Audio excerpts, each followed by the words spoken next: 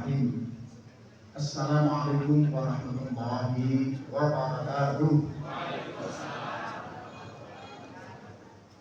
Ikan selam, ikan sepat.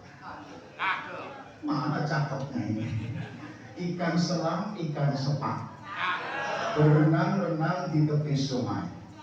Kalau salam dijawab kurang semangat, boleh dong diulang lagi.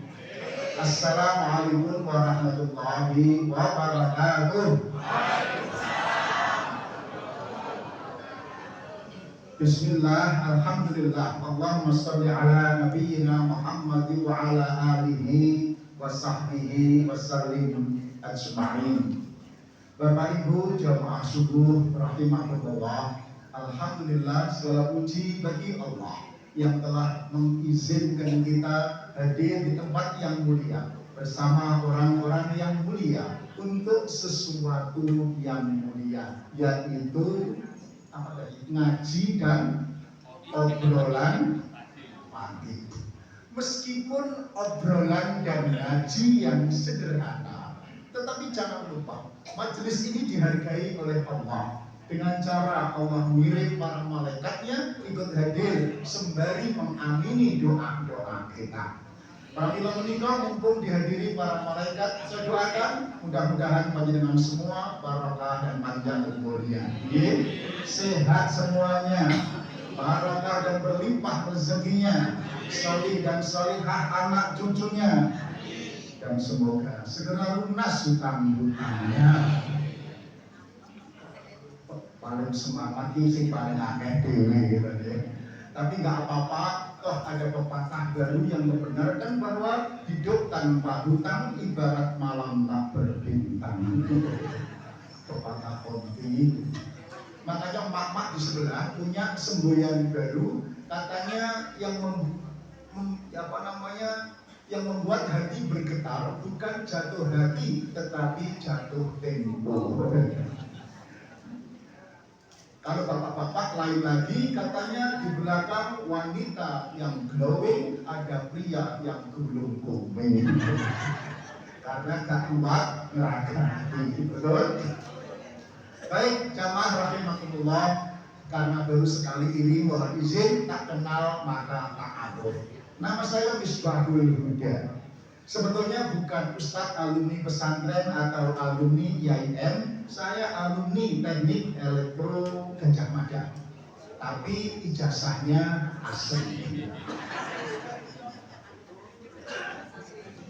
Selama di elektro, 2 tahun terakhir saya mondok di Padepokan Budi Mulia, yang ketuanya Pak Amin Rais, Pak Sabit Ma'arif, kemudian Pak Profesor Yunahar Ilyas, ya, adik kelas saya yang sebelah saya ini. Kan ganteng tapi kok urung kawin-kawin. Tidak hanya adik kelas, ini sepantaran anak saya yang pertama. Anak saya cucunya, maka di anak saya sudah 5. Ini Bu ganteng tolong digulene. Baik. Jadi jadilah saya seperti ini.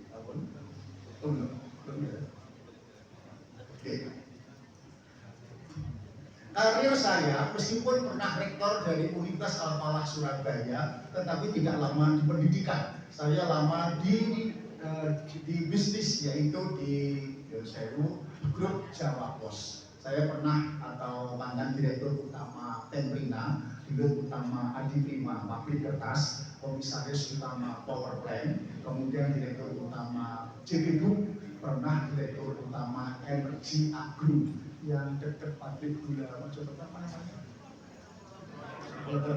Sebelahnya ada pabrik etanol. Ya, saya hampir 2 tahun direktur utama di Energi Agro itu. Tapi itu masa lalu, sekarang sudah pensiun semuanya. Jabatan terakhir tinggal ketua RT. Sama sedikit bisnis properti. RT saya kecil tapi keren karena bertabur bintang. Ada warga saya polisi jenderal bintang 3, aktif jadi Kapolda, mantan bahkan. Kemudian ada Wakasar, Marinir Jenderal bintang 3, ada Wakapolda bintang 1. Anda bisa bayangkan kalau sebuah RT warganya bintang 3, bintang 2, bintang 1, kira-kira Pak RT-nya bintang berapa? Betul, bintang 7 alias mumet ya, alias pusing. Baik, jamaah rahimakumullah, karena bukan lulusan dari pesantren, saya tidak berceramah, saya tidak bertausiah, lebih tepat berkisah tentang bagaimana pengalaman kehidupan ini, apalagi di era distraksi yang kondisinya tidak karu-karuan ini. Kebetulan dalam keluarga saya juga diparingi dikaruniai sugih anak, sugih putu. Anak saya 6, cucu saya baru 14. Nggih Bu, cucu saya 14. Alhamdulillah diparingi sehat. Kemarin ngisi di Madiun, geser ada bisnis properti di Madiun, maghrib di Anur mepet sawah, ya, subuh di Anur satunya, Domo jam 6 Anur di sini, nanti malam di Anur Pondok Chandra, Anur belum. Inggris Pak. Tadi udah belum.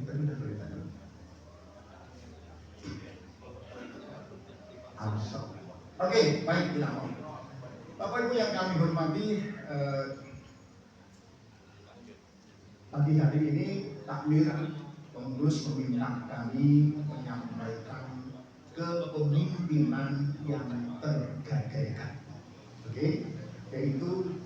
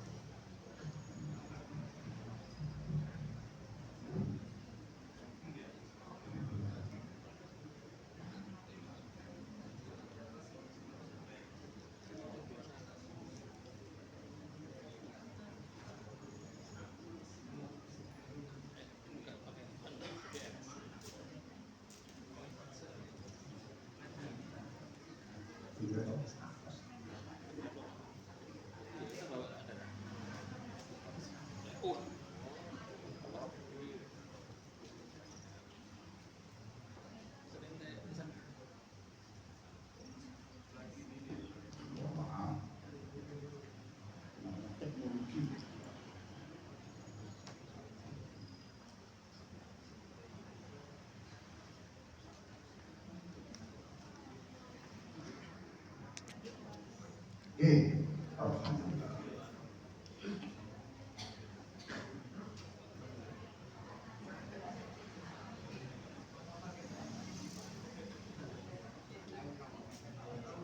Baik, namun kepemimpinan yang tergadaikan. Kenapa tergadai? Karena kita mau tidak mau sistem ini membuat atau menjadikan kita mendapatkan pemimpin bukan karena spiritualitas, bukan karena etikabilitas, tetapi pemimpin kita muncul karena elektabilitas. Betul? Sebelum elektabilitas, di bawahnya adalah karena popularitas, yang terakhir mergo isinitas. Karena itu sulit untuk mendapatkan pemimpin yang diharapkan oleh negeri ini yang jujur, amanah, tabek, fatwa. Padahal itu syarat mutlak sebuah negara bisa makmur dan maju. Kira-kira sekitar itu ingin saya jelaskan. Ini anak-anak saya, ini biodata kepemimpinan yang pernah saya lewati. Kemudian ini buku-buku yang saya tulis tentang leadership juga dari langit turun ke bumi, ya. Kepemimpinan spiritualitas ini juga spiritual parenting, bukan sekedar ayah biasa, artinya ayah luar biasa, bukan ayah biasa di luar. Oke, kita mulai. Kenapa kita harus bicara pemimpin? Pareto kepemimpinan mengatakan nasib sebuah bangsa, negara 80% ditentukan oleh siapa pemimpinnya. Bukan nama, tetapi karakter pemimpinnya. Oke, untuk meyakinkan, saya sering menggunakan metode matematika persamaan dan pertidaksamaan. Masih ingat SMB?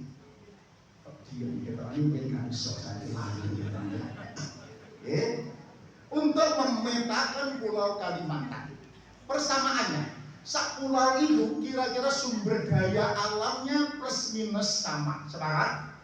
Sak pulau itu DNA penduduknya kira-kira plus minus sama, sepakat? Perbedaannya, karena nasib sejarah pulau itu terbelah menjadi 3. Indonesia, Malaysia, dan Brunei Darussalam. Betul?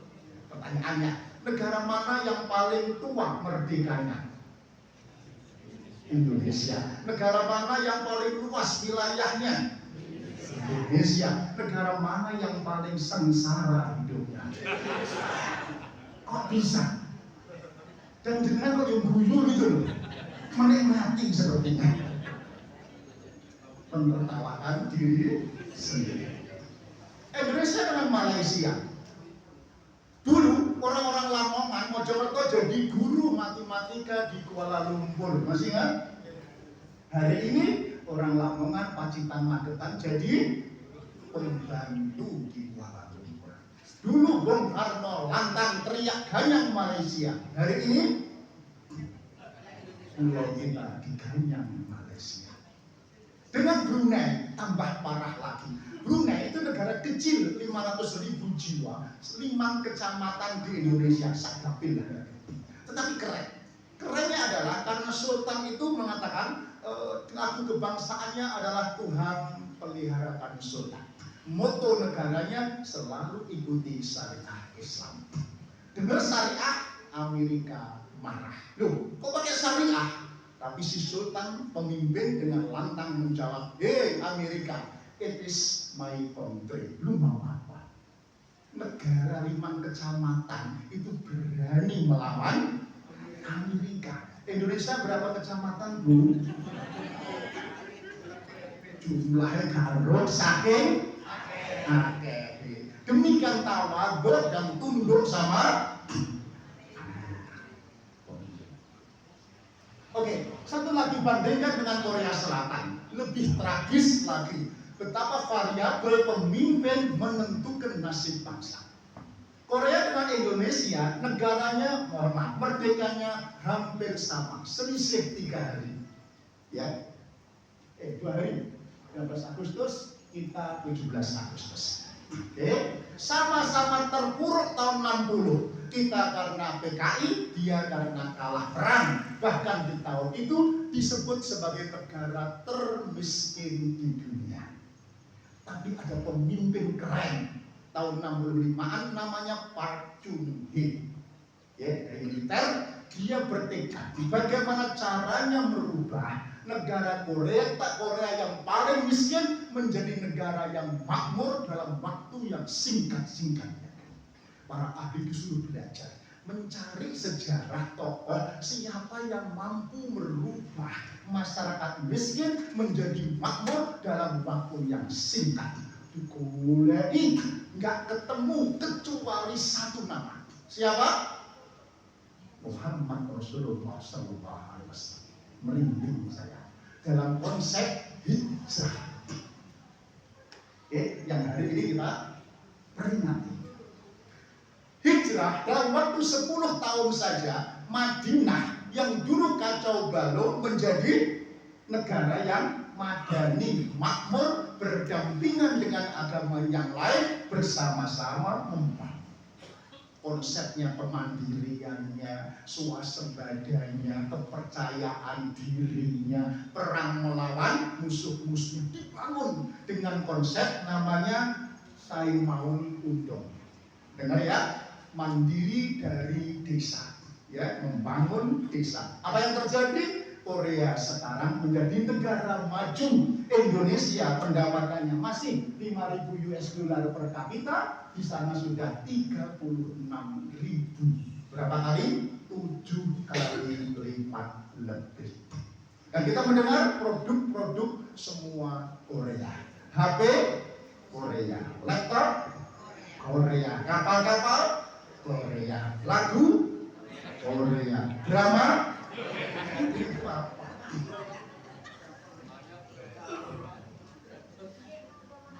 Apa kabar Indonesia?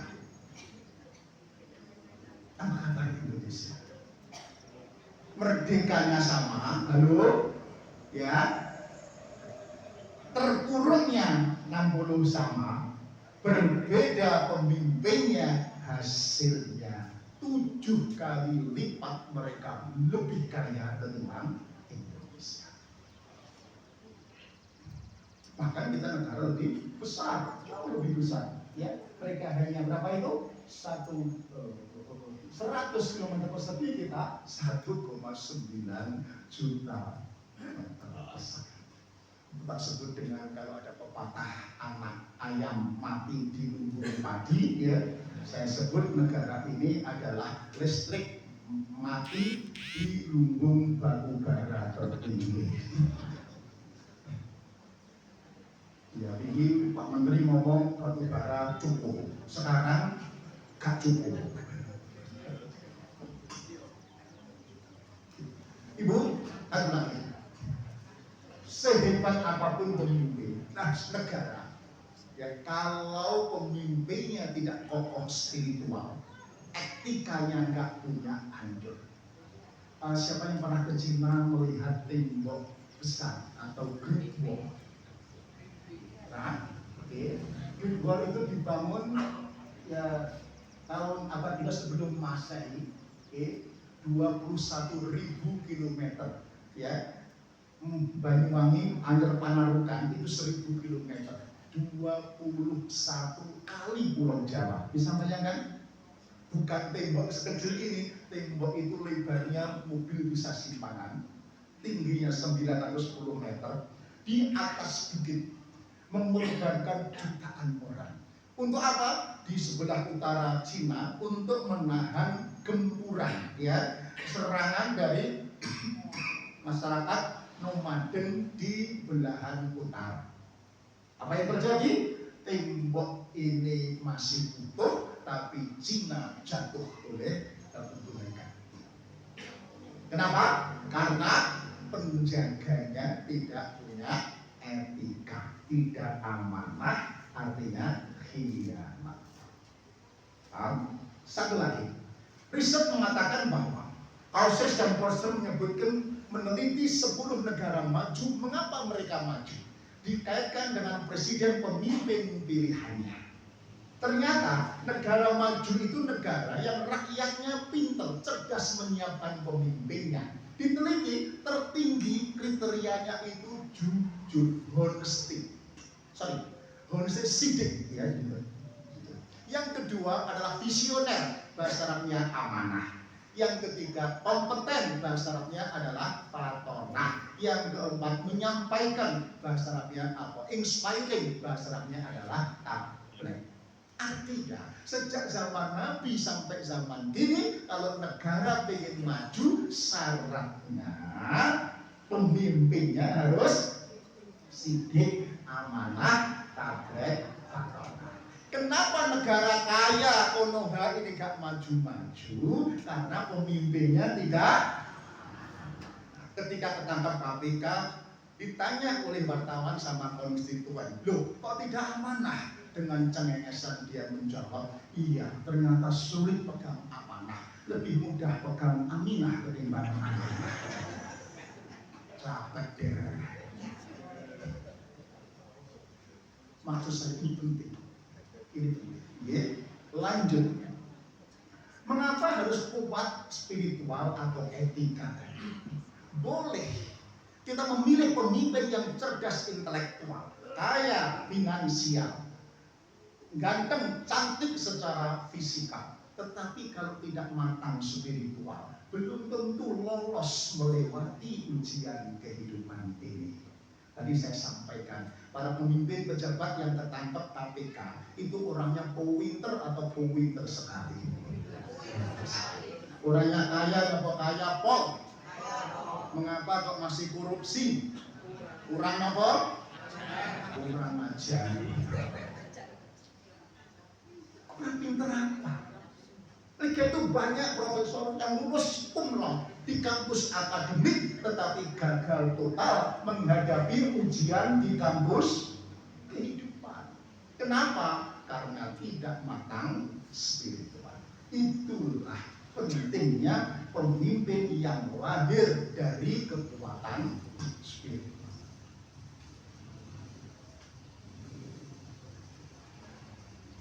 Ini saya lewati lain waktu. Ya kalau ustadznya jadi itu gini bu, ono pangkat ini bu. Artinya bu, orang yang pemimpin yang kuat spiritual, mempunyai energi, ya, yang kekuatannya 10/800 sampai 10/1000. Cirinya orangnya itu full bahagia, tenang, rasa hormat, selalu optimis, mengharapkan, selalu penuh harap, anti sambat, kira-kira begitu, ya. Energinya 10/800. Yang jauh dari Allah 10/50. Masih ingat kurva pangkat eksponensial atau logaritmis matematika SMA? Ingat itu? Itu aneh gak ingat. Jadi kurvanya itu naik melenting seret, bukan naik pelan-pelan. Masih ingat? Artinya orang yang dekat dengan Allah, pemimpin yang kokoh spiritual, mempunyai kekuatan yang powerful dari Allah. Penuh harap, anti sambat. Anda punya masalah, Allah punya solusi. Anda punya kendala, Allah punya kendali. Sebesar apapun masalah bangsa ini, yakin Allah, ya, Asmaul Husna melampaui kebesarannya ketimbang masalah-masalah bangsa. Pemimpin yang tidak sombong, bukan aku kok betul. PD-nya karena punya backing Allah. Coba ibu hari ini punya backingan orang pusatnya kemelintine gak karuan, betul? Ditulis backingannya pusat, betul. Mobil yang kayak backingannya orang dalam. Kita ini backingannya Allah, masuk gak PD. Punya Allah kok gak pede, ada yang salah, ada something wrong dalam keberimanan kita. Punya Allah kok gak pede, betul. Padahal Allah menjanjikan mayyattaqillah yaj'al lahu makhraja wa yarzuqhu min haitsu la yahtasib. Pemimpin yang demikian ini perhatikan, Allah yang memberikan solusi. Boleh mereka punya makar, tetapi makar Allah jauh lebih baik. Kekuatan spiritual ini dimiliki oleh para nabi, para sahabat. Masih ingat? Musa, Harun melawan Fir'aun. Jangan sudah tahu kekuatan Fir'aun, ya, mengaku sebagai Tuhan, betul? Nah kok kalah karo Musa, Harun seorang diri, betul? Nggak masuk akal bukan? Kata orang Mojokerto, mokal.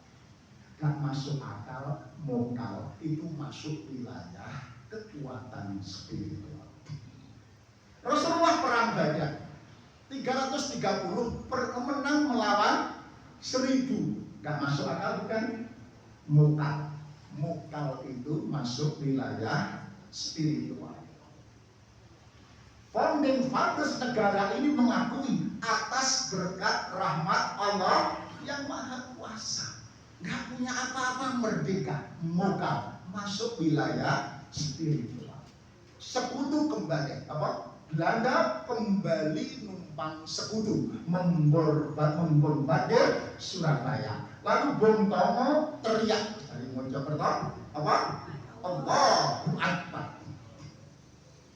Bambu runcing melawan bedil, melawan meriam. Kok bisa menang? Gak masuk akal bukan? Mokal. Gak masuk akal itu masuk wilayah spiritual. Ini yang tidak diyakini oleh kebanyakan umat Islam. Yakinnya itu sama materi, benda, senjata, ketahanan. Mengabaikan, menyingkirkan kekuatan Allah Subhanahu wa Ta'ala. Sehingga kepemimpinan kita dibeli dengan materi, dengan uang, dan dengan segalanya. Ini yang terjadi. Pemimpin elektabilitas versus etikabilitas. Oke. Demokrasi ini mensyaratkan bahwa harus memenangkan elektabilitas, betul? Karena suara terbanyak, betul? Harus membeli suara. Maka modal dasarnya adalah popularitas sama isine atas. Ketika dia jadi pemimpin, hampir pasti sulit untuk tidak golek-balik. Betul? Kalau dia nggak punya modal, pasti harus tersandera. Apa? Memberikan balas jasa kepada oligarki yang membiayai, betul? Atau tim sukses yang mendukung kemenangan dia. Maka banyaknya menteri ini karena balas budi. Ya, sampai-sampai orang menteri mungkin mantan menteri, wakil menteri pariwisata. Ini masih lagi ya, ngomong bahasa Inggris makin tercobat, ya Allah. Isin ini negara 300 juta loh, kalau liyane ta. Ya oleh wakil presiden dengan hati.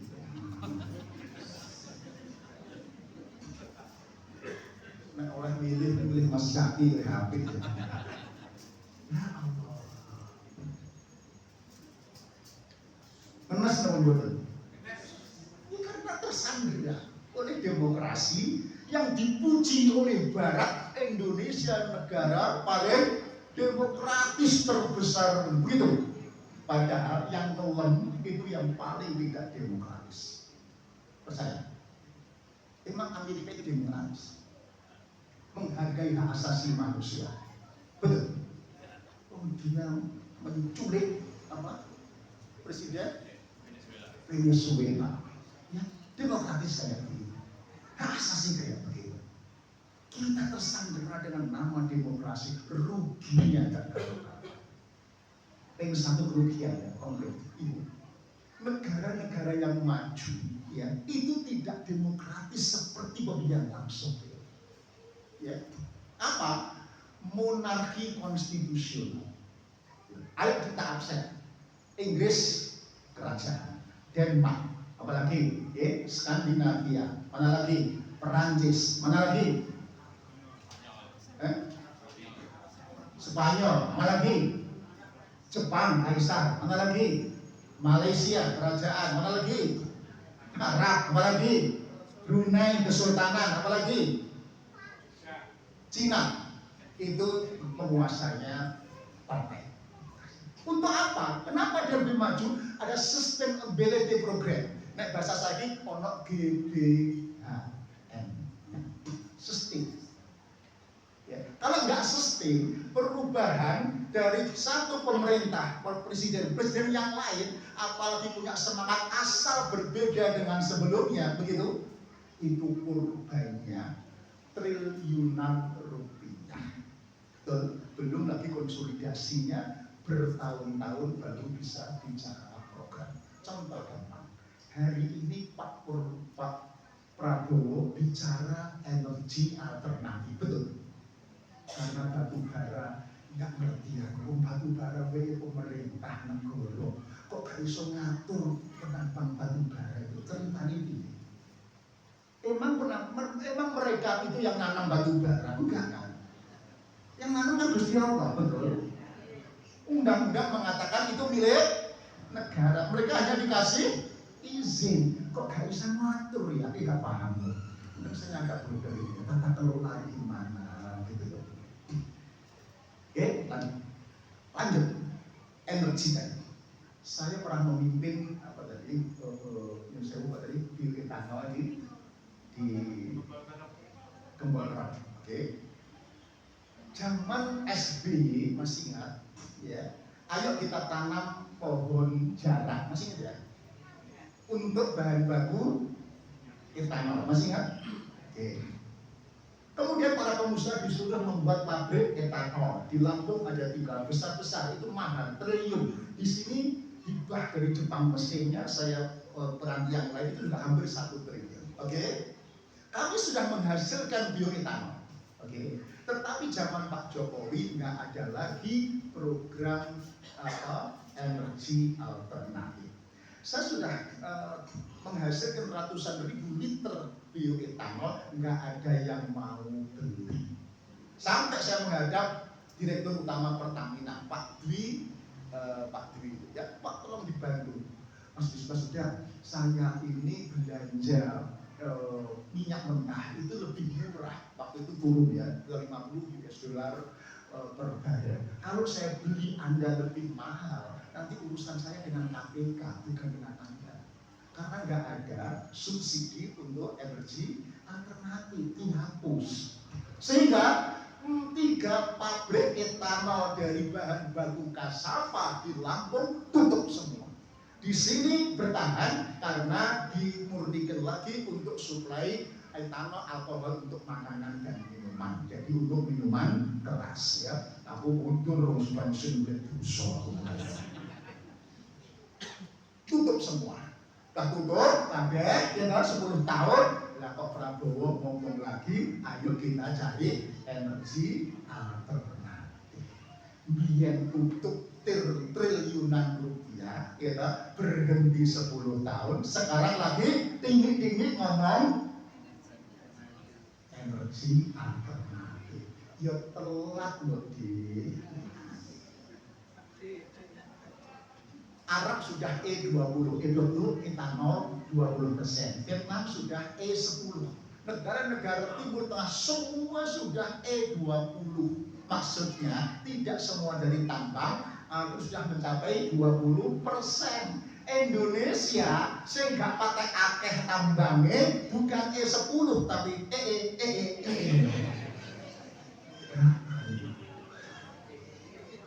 maksud saya itu discontinue program.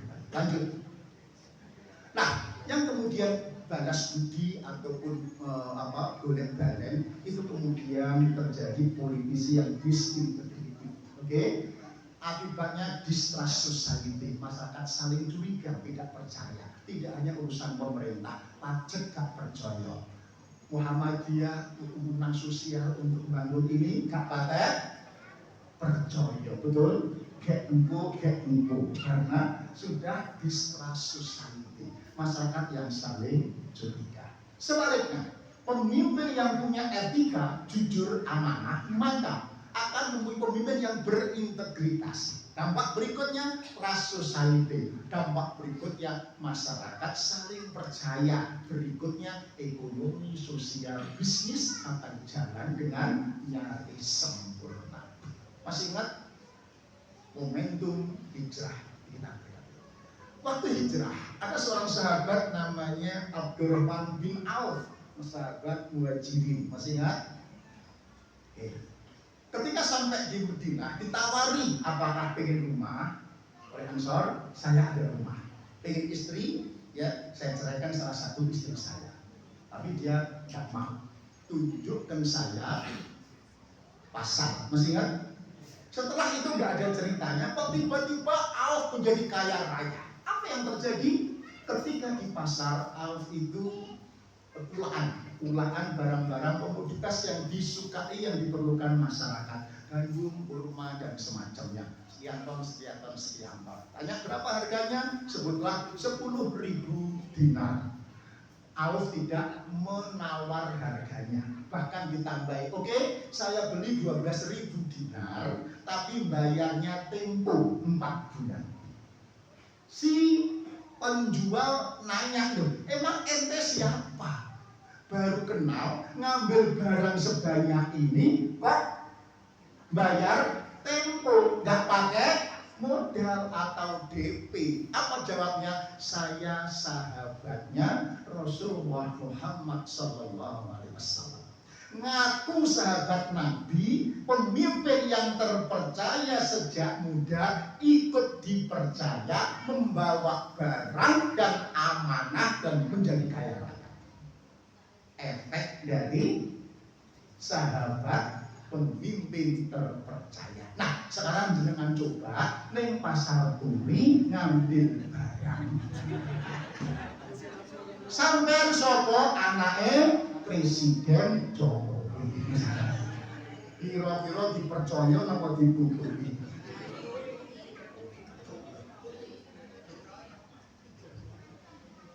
Paham nggih? Jadi bukan rupiah yang hilang, bukan triliun yang hilang, tetapi korban distrust society jauh lebih mahal ketimbang apa yang hilang tadi. Itu ibu dampaknya.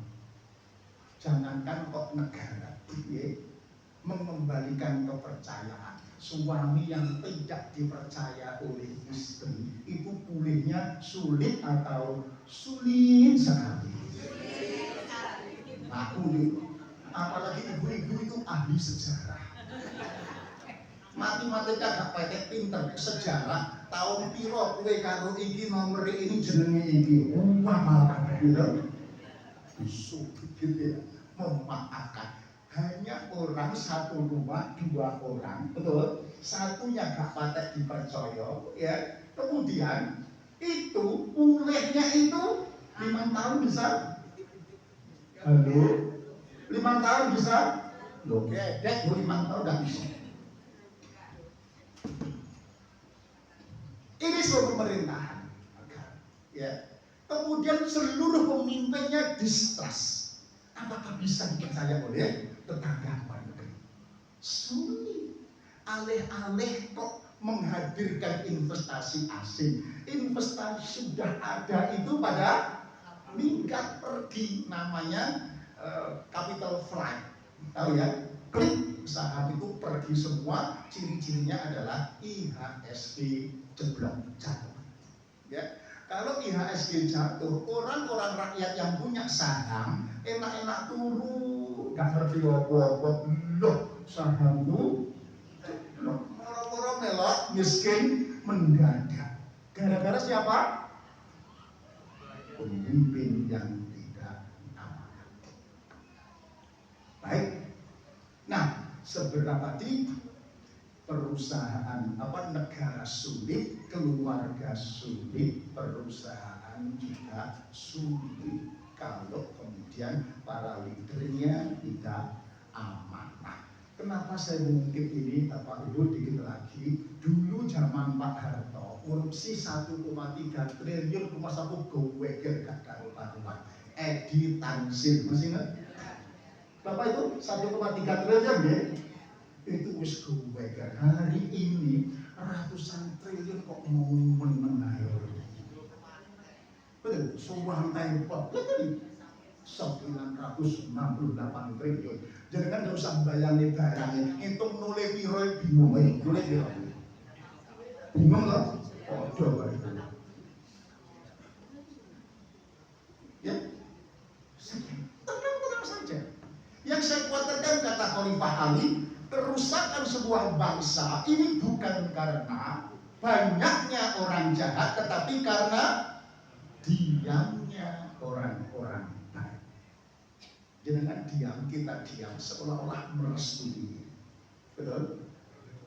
Masih ingat? Ikan itu membusuk dimulai dari kepalanya. Negara itu terburuk dimulai dari kepala, maksudnya cocok gitu ya, dari para pemimpinnya. Itu harus ya. Baik, lanjut, waktunya habis. Peduli. Nah, bagaimana peduli? Tak perlu marah Bapak Ibu. Saya kira yang ingin saya sadarkan pada panjenengan, satu, 4 kesadaran kepemimpinan. Satu, sadar bahwa Anda pemimpin, minimal memimpin diri sendiri. Kedua adalah sadar untuk melahirkan pasangan dan anak cucu pemimpin. Doanya, Rabbana hab lana min azwajina wa dzurriyyatina qurrata a'yun waj'alna lil muttaqina imama. Ibu, anugerahkan kepada kami, kita doa kita untuk pasangan dan anak keturunan. Tidak hanya anak tapi cucu. Yang satu qurrata a'yun, kedua pembimbing bagi orang-orang yang bertakwa. Kenapa saya ingatkan ini, Ibu? Tak cetak tebal ini, banyak orang tua yang berhenti pada qurrata a'yun, tidak peduli kepada waj'alna lil muttaqina imama. Contohnya, ketika mudik lebaran ditakoki tangga tepalu, gimana anak-anakmu? Alhamdulillah anakku dadi wong kabeh. Ono dadi wong-wongan. Ono dadi golekan begitu kan. Artinya anak sekolah, kuliah, kerja, nikah, punya rumah, itu seolah-olah sudah selesai tugas orang tua. Padahal mulai sekolah, kuliah, punya rumah itu satu kata, qurrata a'yun. Kalau semua berhenti sampai di situ, siapa yang mikir waj'alna lil muttaqina imama? Kalau jamaah An-Nur ini nggak pernah memimpikan lagi waj'alna lil muttaqina imama, maka terang saja pemimpin hasil pemilu ini satunya ragenah, sisanya rapate genah. Kemana yang benar? Tidak ada. Enggak pernah dipersiapkan. Enggak ada. Enggak ada ujung-ujung timbul pemimpin yang hebat, enggak ada. Al-Fatih itu dipersiapkan oleh orang tuanya, oleh ustadz-ustadznya. Sekian hafid Al-Quran, umur 12 tahun menguasai 7 bahasa asing, strategi perang, 13 tahun lebih sudah jadi wali kota di sebuah kota, betul? 20 tahun sudah memimpin penaklukan Konstantinopel. 20 tahun. Coba anak-anak kita 20 tahun lulus kuliah jadi apa? Tolak. Masih banyak bekerja di perusahaan odol. Maksudnya odol-odol duwite makne. Ya, memilih pemimpin takwa dan nasib bangsa anak cucu kita tergantung cara kita memilih pemimpin. Dan saya kira slide terakhir, waktunya habis.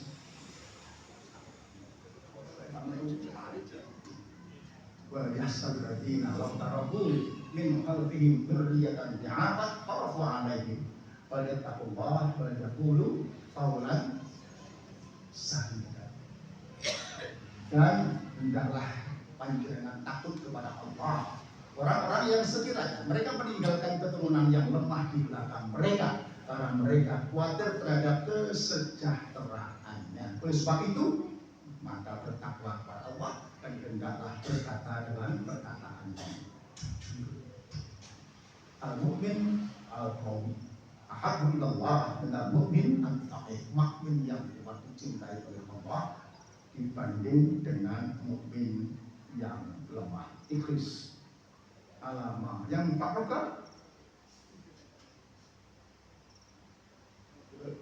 wasta'in billah wala ta'jis. Baik, nah terakhir saya kira ini mengkritik umat Islam. The most dangerous creature in the world is a man who realizes that he is a Khalifatullah, but at the same time forget that he is an Abdullah. Makhluk paling berbahaya di dunia adalah mereka sadar sebagai pemimpin, tetapi tidak sadar sebagai hamba Allah. Pemimpin yang sekarang ini berbahaya, dangerous, creature. Ya, sadar pemimpin, tetapi tidak sadar bahwa dia hamba Allah yang akan diminta pertanggung pertanggungjawaban kepemimpinannya di hadapan Allah. Sebaliknya, yang kedua ini orang-orang kita, the most useless creature in the world, makhluk paling tidak berguna di dunia adalah manusia. Yang dia sadar sebagai hamba Allah, neng masjid, tak metu-metu usul, dikira tamadu, ternyata berantem kalau bujuni. But at the same time, he has forget that he is Khalifatullah. Pada saat yang sama dia lupa bahwa dia khalifah, pemimpin umat ini. Itu manusia sadar sebagai hamba Allah, tetapi tidak peduli urusan Khalifatullah. Disebut oleh Nakut Al-Atas the most useless, makhluk paling tidak berguna. Kenapa? Sehebat-hebat Anda sebagai hamba Allah diatur oleh mereka. Barang tidak mau mendengar, listrik mati, mabuk-mabuk kemari. Betul? Hari ini semua banyak orang marah, orang emosi, ya. Hati-hati pesan orang tua kita, nak, ojo ngamukan, sing sadar, ojo marahan.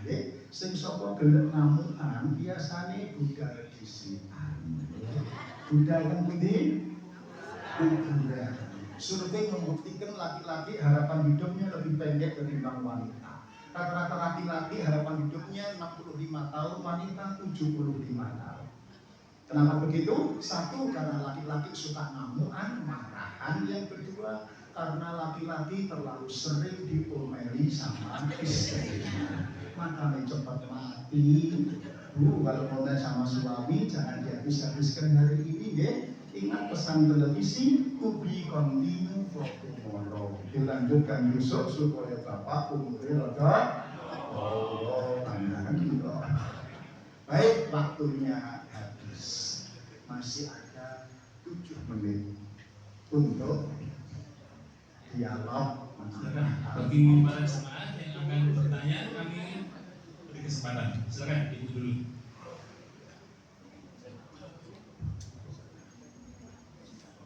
Terima kasih Ustaz. Assalamualaikum warahmatullahi wabarakatuh.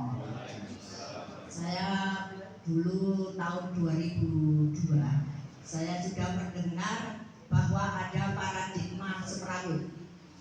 Tetapi sekarang kenyataan tahun-tahun ini atau 2 tahun yang lalu memang semrawut. Baik itu pendidikan maupun perdagangan. Untuk itu kita itu capek muter-muter, Ustaz, ya. Bagaimana contoh pendidikan itu tadi, ya, sama perdagangan, biar tidak kita itu capek dan muter-muter. Pertanyaan saya, sampai kapan paradigma semrawut itu dihentikan? Terima kasih. Wassalamualaikum warahmatullahi wabarakatuh. 80% sampai ganti pemimpin. Paham, ya? Tapi mohon maaf, diskusi di kami agak intensif. Mohon maaf, ya. Kalau saya menambah, apakah mau mendukung Prabowo atau menggulingkan Prabowo? Ayo pilih mana? Kalau menggulingkan, konstitusi mengatakan penggantinya adalah pilih mana? Oh, enggak, malah tidak.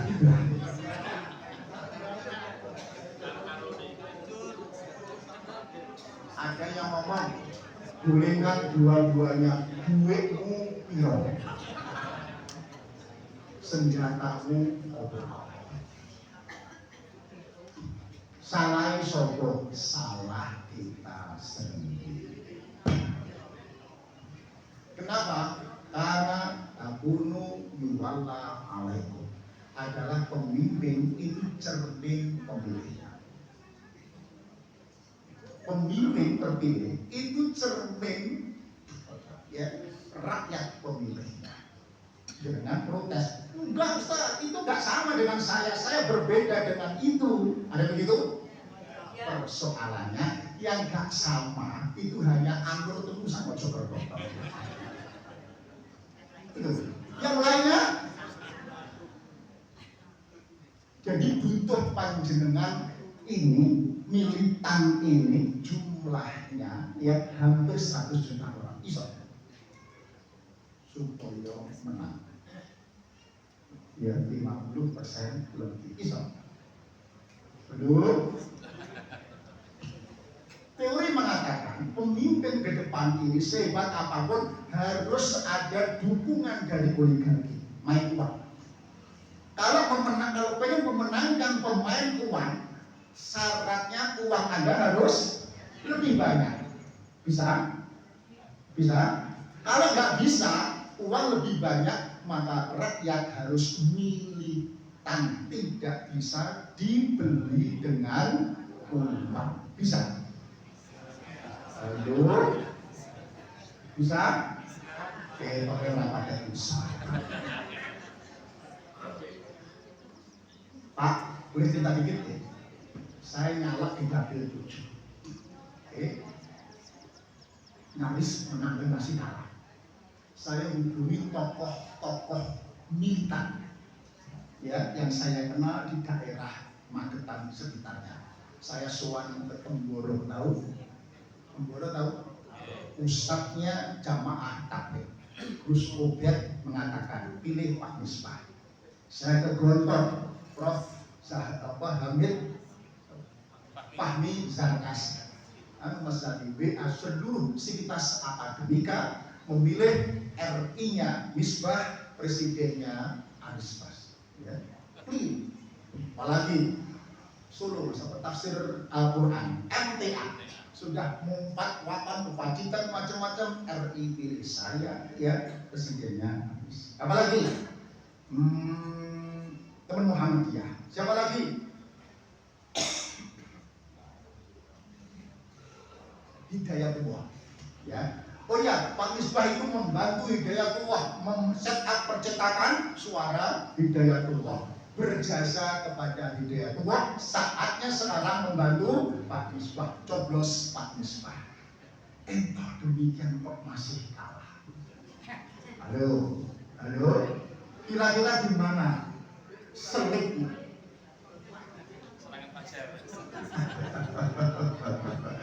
Teori saya betul kan? Saya nggak punya uang, dia punya si pakai tetap anak on, tetapi nggak cukup banyak. Saya hubungi orang-orang militan menurut saya, Gontor, Temboro, Hidayatullah, apalagi MTA, apalagi harus yang berkembang ini tak tekan. PSN Tangerang, apalagi itu saya ketua, masih ketua itu. Kok kalah? Saya tanya kepada bos, kok kalah ya bos ya? Nggak tentu bos. Apa jawabnya? Iya mas, walaupun sing militan seangkatanmu itu kita peristiwa mati kabeh. Untuk nyelapin jawaban tapi yang betul juga ya. Saya ngomong lagi karek ya ono tapi ya paling yang Muhammadiyah ya kayak ketua PDM gitu. Anggotanya mbok. Ya, ketua cabang MTA, anggotanya mbok. Ketua DPR militan, tapi pokoknya kan gak cukup. Banyak untuk kelompok militan menghasilkan pemimpin yang mempunyai etikabilitas atau spiritualitas. Jadi Ibu, itu kalau 30%. Tetapi kalau yang 20% mungkin lain waktu. Ya, kemarin saya ditanya di An-Nur yang sore hari. Pak siapa yang sepuh itu? Sateni. Pak Sateni, bagaimana merubah itu di umat? Saya ketua Ikatan Saudara Muslim Indonesia Ibu, saran saya anak-anak kita didorong menjadi saudagar, jangan terlalu banyak jadi pegawai. Kenapa? Ini bukan perintah saya, itba Nabi Rasulullah pedagang, betul? Bahkan hadisnya mengatakan is'atun min aksyari rezeki at-tijarah. 9 dari 10 pintu rezeki ada dalam perdagangan.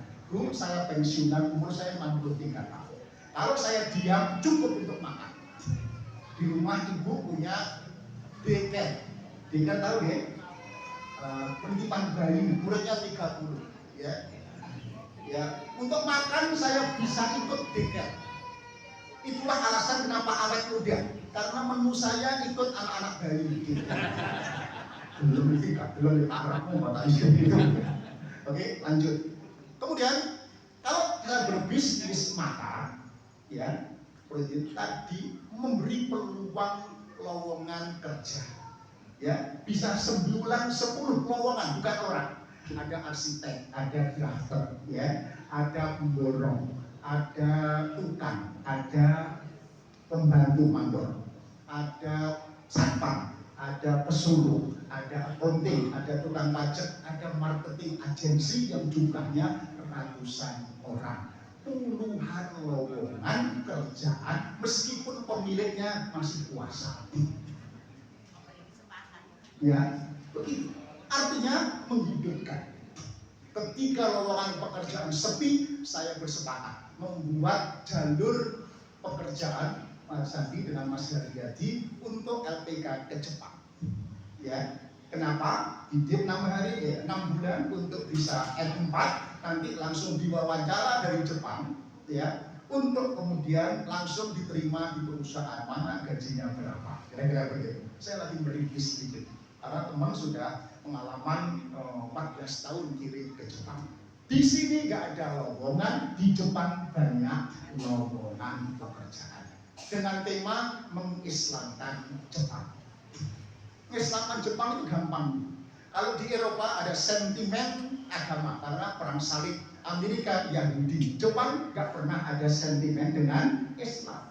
Ada seorang teman ITS kerja part-time, orangnya kok duduk, anteng, nggak pernah resah, orangnya cool, senyum, tenang, begitu. Ada cewek Jepang mendekati, lalu tanya-tanya, sampai lu kerja soro, gajinya sidik, kok buyang, bingung, tenang, begitu. Diceramai soal qanaah, soal tawakal, soal iman, soal begitu. Tertarik dia, masuk Islam dari bojo itu. Enak betul. Nah model kayak ini pesantren kan akeh, menang, buyang, ngomong, kok duwe, tolak akeh gitu. Betul, mengislamkan Jepang benar. Untuk anak, ini lagi kita mulai. Di sini Indonesia nggak ada lowongan pekerjaan. Alih-alih lowongan, nggak di PHK, wis biro-biro, betul. Itu, roh sahabat itu para saudara. 80% boro tahu ya? Membara jadi pedagang, termasuk ke Turki, India, Cina sampai ke Indonesia. Oke? Merintis kemerdekaan para pedagang. Pendiri Muhammadiyah, Haji Ahmad Dahlan, pedagang tadi. Pendiri NU, pedagang. Negara-negara maju identik jumlah pedagangnya di atas 10%. Indonesia di bawah 3%. Makanya gak maju-maju. Ya ono di pinggir jalan akeh, tapi bukan itu yang dihitung. Pedagang dihitung itu pedagang bukan untuk hidup sendiri, tetapi menghidupi. Monggo lain waktu kalau diundang lagi boleh kita diskusi. Waktunya sudah. Siap kita agendakan, Ustaz. Ibu-ibu dulu. Assalamualaikum warahmatullahi wabarakatuh. Waalaikumsalam. Kalau kita memilih yang tidak amanah Pak, pemimpin itu, apa kita bertanggung jawab sama Allah?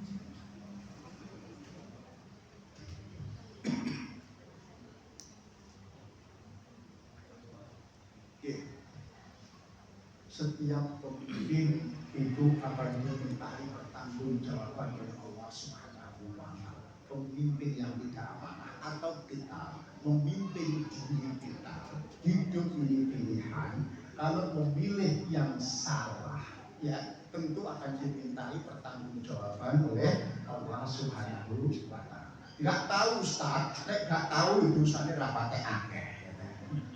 Nek wis jelas ya kita itu nggak amanah, dipilih gara-gara merah-merah, itu dosane sing rada akeh. Oleh gak sepiro 1.000, tapi rekosone tahun dan to be continue akan dilanjutkan lagi. Betul? Gak usah kakek. Halo, saya harus ngisi pertama. Ya, kaget apa mboten? Aku mlebu pom bensin, waduh, 16.000. Mobil itu gak bisa digelut diisi pertama. Pertama kita daftar ketolak. Gak pantas Pak, mobil Camry kok diisi bertelat. Repot.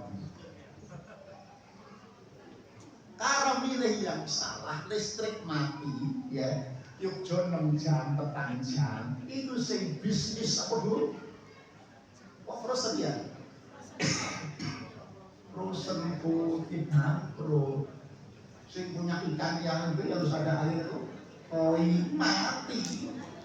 Betul. Oleh 1.000 ruginya.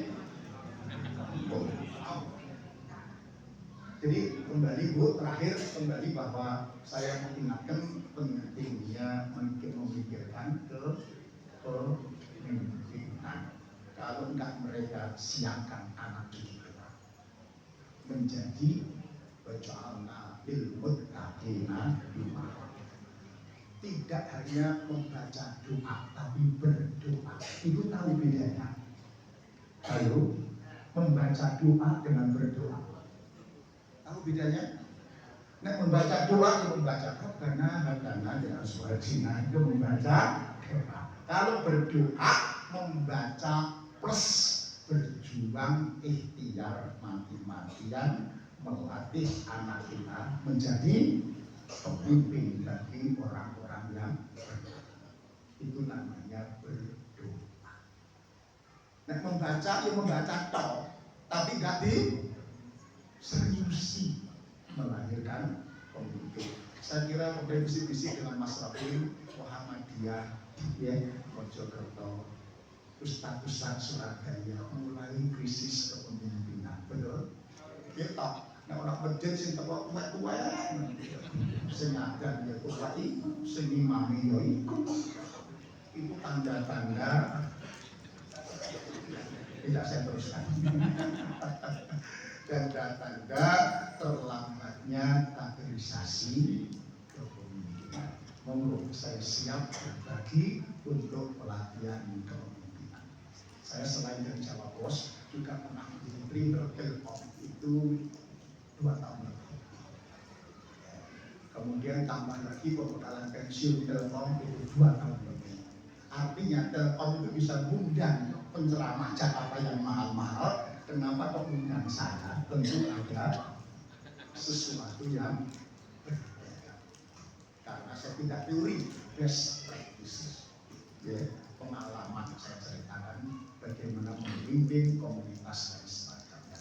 Baik, waktunya sudah kesiangan. Saya juga harus kembali ke Surabaya. Siang ada acara, nanti malam diatur lagi. Terima kasih Ustaz, ini luar biasa sekali. Sebelum kita mengakhiri, ini Ustaz, tadi barusan saya buat status di WhatsApp, langsung dikomen sama Ustaz Fauzil Adim. Masya Allah. Salam saya untuk Pak Misbah, terakhir bertemu di Perak atau di Ampel karena berdekatan. Kalau boleh bilang, namanya kenal baik dengan Ustaz Fauzil Adim dari Jogja. Dan pengumuman yang berikutnya para bapak dan ibu sekalian, untuk hari Ahad besok ya, pengajian umum Ahad pagi atau kuat di Ahad keempat tanggal 28 Juni yang sebagai pembicara yakni Ustadz Dr. Makmun Hidayat dari Sidoarjo. Dan untuk kajian Kopi Masnur atau kajian 3 Masjid An-Nur di bulan depan yang menjadi pembicara yakni Dr. Pit Hizbullah Haidir yang merupakan pengasuh dari Pondok Pesantren Al-Islah Lamongan dan juga dosen skripsi Lamongan dan juga sebagai sekretaris pimpinan daerah Muhammadiyah Kabupaten Lamongan, Dr. Pit Hizbullah Haidir. Dan yang terakhir, ini sedikit pemberitahuan Ustaz, ini ada program dari Pemuda Masjid An-Nur. Pemuda Masjid An-Nur ini sedang bergerak untuk menjadikan masjid ini sebagai masjid ramah musafir yang buka 24 jam non-stop. Maka dari itu, dari Pemuda Masjid An-Nur ini mengadakan untuk tempat istirahat bagi para musafir, yakni mengadakan minimal 10 buah kasur untuk tidur para musafir yang akan singgah. Nah, maka dari itu bagi para jamaah sekalian yang ingin menyumbang mengadakan kasur, satu kasur kurang lebih harganya 250-an atau sampai 300.000. Kalau ingin menyumbang untuk mengadakan program kegiatan ini, monggo bisa menghubungi saya selaku pemuda. Belum jadi pemuda saja, masih 41 tahun ya. Nah, bisa menghubungi saya selaku pemuda Anur juga. Yo pemuda ya otaknya. Oke, baiklah Ustaz. Nampaknya para jamaah kita ini sangat sewuka dengan paparan jenengan. Terbukti tadi malam atau barusan sudah ada yang bisi saya untuk bisa diundang di pengajian umum Ahad pagi, untuk bisa diundang di Puspa, untuk bisa diundang di Puspa. Kemarin Mas Haris itu minta kontak sama saya untuk bisa diundang di Puspa. Monggo selama Ustaz Misbah bisa ada waktu longgar menyempatkan diri datang ke Mojokerto. Kami mewakili seluruh pengurus 3 Masjid Anur Ustaz mengucapkan jazakallah khairan katsiran. Mudah-mudahan jangan diberi kesehatan terus, kekuatan dan keistiqomahan untuk beramal ma'ruf nahi munkar, menjaga negara kita ini melalui motivasi-motivasi yang diberikan. Baiklah para bapak dan ibu sekalian, marilah kita akhiri kegiatan ini dengan bacaan hamdalah bersama-sama. Alhamdulillahirobbilalamin, dan doa kafaratul majlis. Subhanakallahumma wa bihamdika asyhadu an la ilaha illa anta astaghfiruka wa atubu ilaik. Billahi fi sabil haq fastabiqul khairat. Wassalamualaikum warahmatullahi wabarakatuh. Obrolan ketemu seperti ini yang saling menguatkan, betul ya? Saya kemarin subuh itu ketemu teman-teman yang lupa namanya, aktivis tahun 84. Tahun 89. Pak Pratono sama istri itu aktivis di Malang tahun berapa Bu? 85 juga. Dia masih mahasiswa. Saya masih mahasiswa, dia siswa SMA. Itu sudah ada di training ini.